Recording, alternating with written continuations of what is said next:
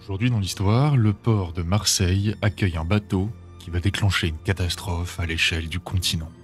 Entre 1345 et 1347, les Mongols de la Horde d'Or assiègent la ville génoise de Kaffa en Crimée. Ils profitent de la réapparition d'une maladie sur leur territoire pour envoyer des cadavres contaminés par-dessus les murailles de la ville. Cela ne leur permettra pas de la prendre, mais des marins génois qui arrivent à fuir la ville vont emmener cette dangereuse maladie avec eux, et le 1er novembre 1347, ces mêmes marins accostent à Marseille.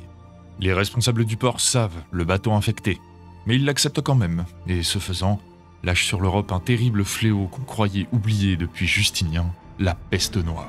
Un mois plus tard, la peste atteint la Corse et Aix-en-Provence. En janvier 1348, elle est à Arles et Avignon. En avril, elle débarque en Auvergne et à Toulouse, avant d'atteindre Lyon en juin, Bordeaux en juillet, Paris en août et Metz en décembre. Sa diffusion est favorisée par les circuits d'échange encore très développés à ce moment-là et se répand sur l'ensemble de l'Europe occidentale et le bassin méditerranéen.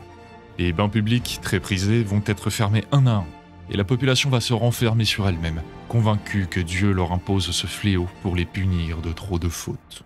On comptera, après cet épisode de la peste noire, 25 à 40 millions de morts en Europe, et si l'on englobe également le Moyen-Orient et l'Asie, le chiffre varie entre 75 et 200 millions de morts. L'ordre social sera bouleversé.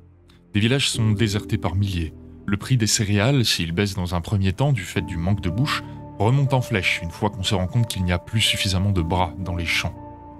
C'est paradoxalement une aubaine pour les travailleurs qui pourront alors imposer des libertés nouvelles et des augmentations de salaire grâce à la raréfaction de la main-d'œuvre, achevant de faire disparaître le servage.